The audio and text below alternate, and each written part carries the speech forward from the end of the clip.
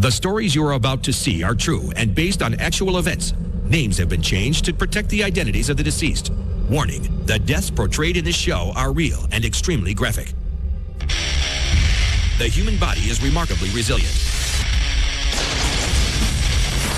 Every day we fight a new war against germs, toxins, injury, illness, catastrophe, and calamity. The fact that we survive it all is a miracle. Because every day we live,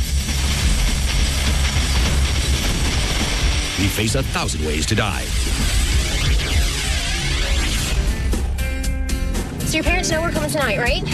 On a beautiful spring morning, Jeff Stewart and Jessica Barron were making their way to Las Vegas to do what lovebirds do, tie the knot. What if your mom doesn't like me? Oh, anyway, 2 sugars and 2 creams, all right? Yeah. Thanks. But as they clowned around at a rest stop, they had no idea their day was about to come undone. Get that out of my face. Stop! Please, come on. Let's just get in the car and go. We're so close. While mugging for their video camera, the young couple heard a terrible screaming. It was coming from behind the semi-truck that had just pulled to a stop. Oh, my God. What they saw was something that will haunt them forever. A man torn in two, clinging to life. Frank Soriani had been under his pickup truck fixing a broken muffler.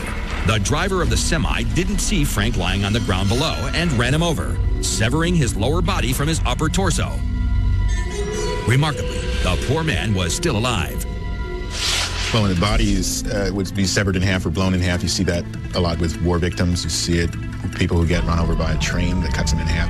As long as you have a complete circulation of blood in your body, you should survive it. If you cut off your legs, the circulation can still travel down the aorta and go back up to the heart. It can bypass the legs with no problem. With Frank still kicking, more or less, paramedics arrived to transport both halves of his body to a local trauma center. In a twist of fate, EMT crews lost an hour because each half was sent to a different hospital.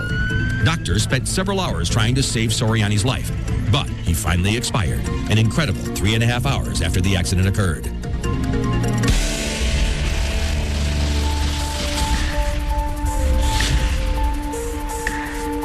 On September 10th, 1945, Lloyd Olson chopped off the head of a chicken for that night's dinner. To his surprise, the chicken remained alive for 18 more months.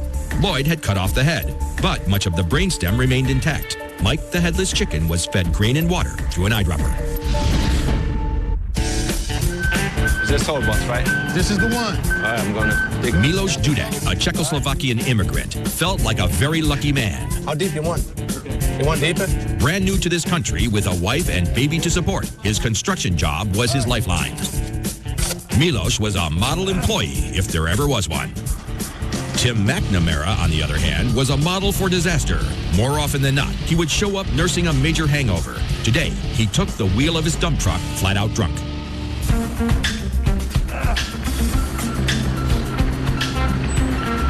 Sometimes bad things happen to good people. As Tim backed up his truck filled with 3 tons of sand, Milos had no idea the crushing blow fate was about to deal him. Within seconds, Milos disappeared under 3 tons of sand. His co-workers rushed to his rescue and quickly uncovered his head, allowing him to breathe. They thought they had saved him. Jimmy, say something. If you've got all this weight crushing in on you around your chest cavity, there's no way that your chest can expand because the weight of the sand would push your chest cage in. As you let air out, they increase the pressure so you can't open your lungs. He would get closer and closer to death with every breath.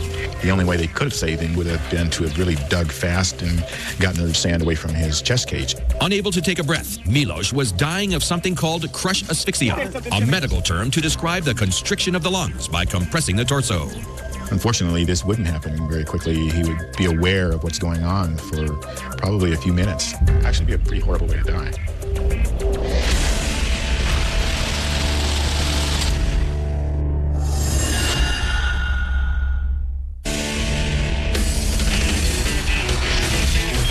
What do you get when you mix a couple of good old boys, too many beers, and a small arsenal of firearms? Your basic hillbilly holiday.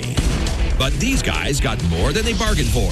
In a world where there's 1,000 ways to die, this one strikes you when you least expect it. Bobby, Joe, and Daryl were two brothers looking to blow off some steam. What better way than to jump into your pickup truck, go out in the middle of nowhere, and shoot off some guns? Other than the brain-crippling hangover they were facing, nobody gets hurt, and they get a day's worth of laughs. Things were going according to plan until Daryl decided to scare the pants off his little brother.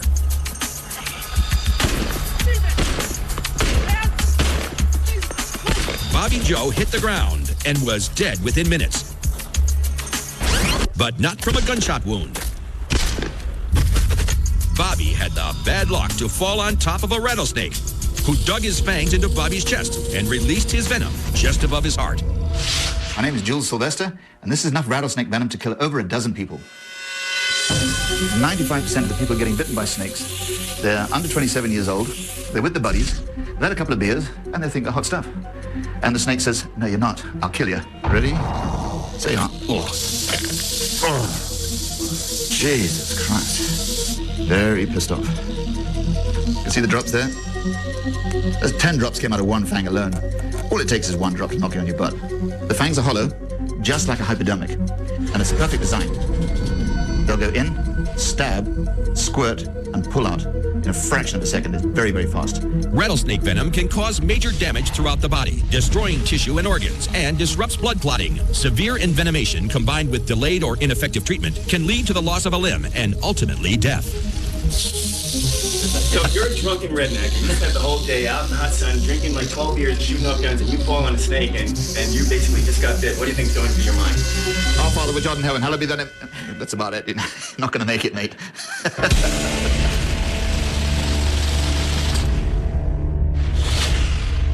Technically, rattlesnakes are not poisonous. They are venomous, delivering their toxin directly into the bloodstream. A poison is ingested. You could actually drink a vial of rattlesnake venom and feel no ill effects.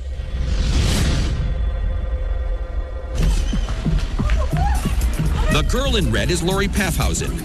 After a string of bad relationships, Lori's ready to swear off men altogether. Oh my God, I can do better than him, I'm telling you. She's decided to satisfy a bisexual curiosity that has consumed her since junior high. Oh my God, my feet are killing me. If it wasn't for the 4-inch stilettos that had been pinching her feet since the evening began, Oh, that feels so much better. tonight might well have been a first for Lori. Instead, it would be her last. Before crossing the street, Lori steps into a shallow puddle next to a traffic pole. She doesn't see the exposed wires at the bottom of the pole. She doesn't know they were feeding thousands of volts of raw current into the water. The fact that she was standing in a puddle of water increased her conductivity for an electrical shock. The fact that she was barefoot greatly increased her probability that she would be shocked very severely. Lori is about to learn a scientific truth the hard way. Wet skin has 10 times the conductivity of dry. By placing her hand on the metal pole, Lori becomes a human circuit.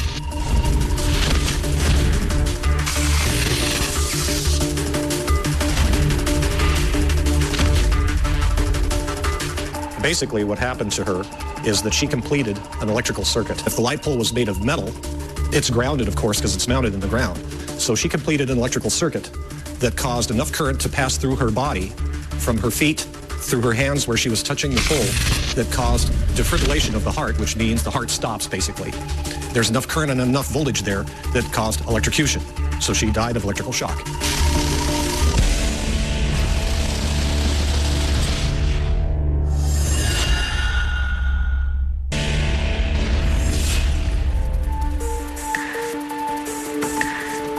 Meet Mark Vogel, or what's left of him.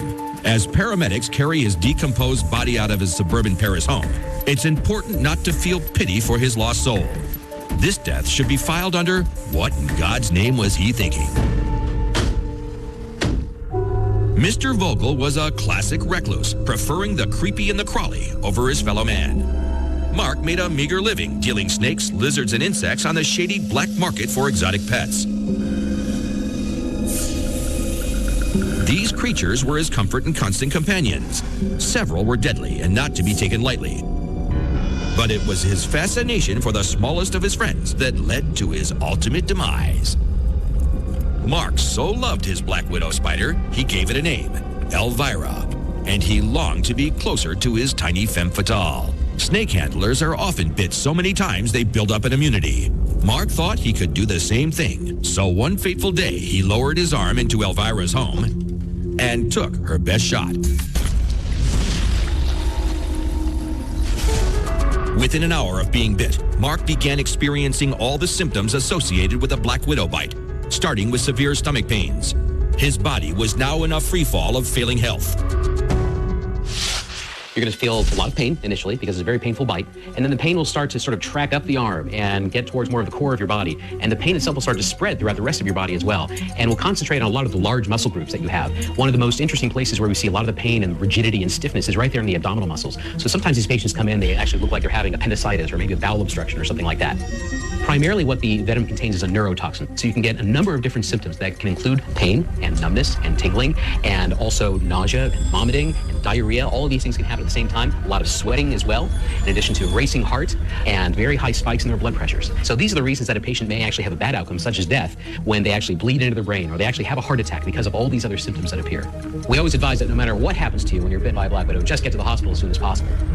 Mark foolishly chose to ride out his condition. His reward? A fatal heart attack. In his delirium, he released his gruesome menagerie of pets. It would be 2 weeks before his rotting stench brought the French police to his door. In a stroke of irony, Mark ensured the survival of his pets while engineering his own death. The snakes, bugs, and lizards were kept alive by feeding on their master's lifeless flesh. As soon as he subjected himself to the Black Widow's deadly toxin, like the hourglass imprinted on its underbelly, Mark's time began running out, with death the only outcome.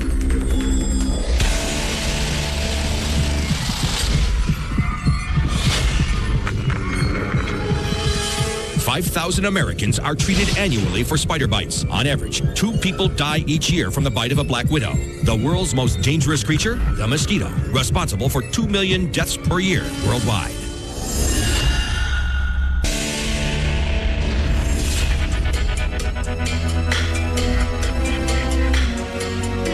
Hector Madera is here to repair an industrial-sized clothes dryer at one of the largest hospitals in the Los Angeles area. I'm gonna get in there. Can you hit the power? Following safety procedure, Hector has his partner kill the breaker before climbing inside the giant dryer. What he didn't realize was his partner cut off the power to the wrong machine. The unit he was now inside of was still hot.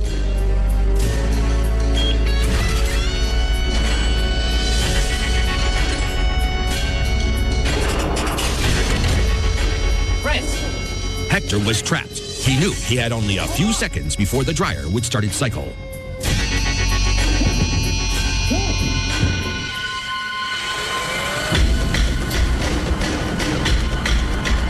Spinning wildly and hitting temperatures well over 200 degrees, poor Hector was being shaked and baked to death. A 200-degree environment, you would only survive a matter of just a few minutes. I'm sure he couldn't have gotten leverage to kick his way out of the dryer, so he's tumbling around in there. His core temperature is going up above 105 and staying there. Therefore, he would start to destroy his muscles, destroy your kidneys, you destroy other organs. Whoa, whoa, whoa! Hector! Hector! Hector! 6 long minutes later, his partner finally returned, but it was too late.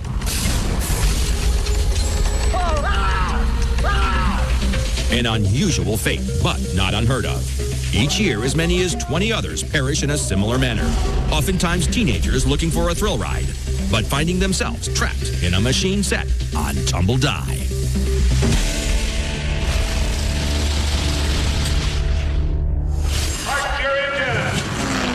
Who lives and who dies?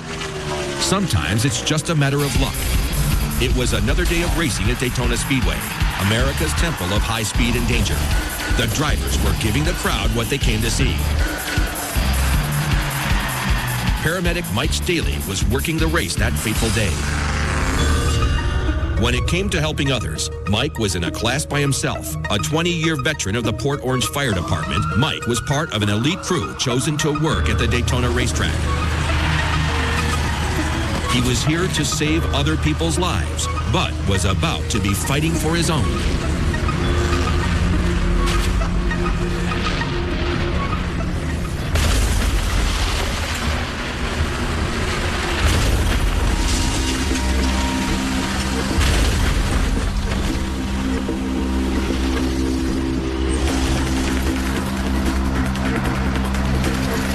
The out-of-control race car smashed into him at 100 miles per hour and wound up pinning him under 2,000 pounds of hot steel. I'd go to move my hips and nothing's working. I go to move my legs and nothing's working. And the only thing that I could smell was my own human flesh melting to the vehicle. Mike was airlifted to a local hospital where surgeons worked feverishly to pull him back from the brink of death. You ask anybody who sees the film, he's lucky to be alive. Once stabilized, the hospital staff had to piece together Mike's shattered body, which they described as a bag of grape nuts. I'm no stranger to danger in the fact of having things come around me and being a survivor. I plan for it. I live for it every day. Who lives and who dies? Someone else might not have survived such a violent impact. It was the worst day of paramedic Mike Staley's life, and the luckiest.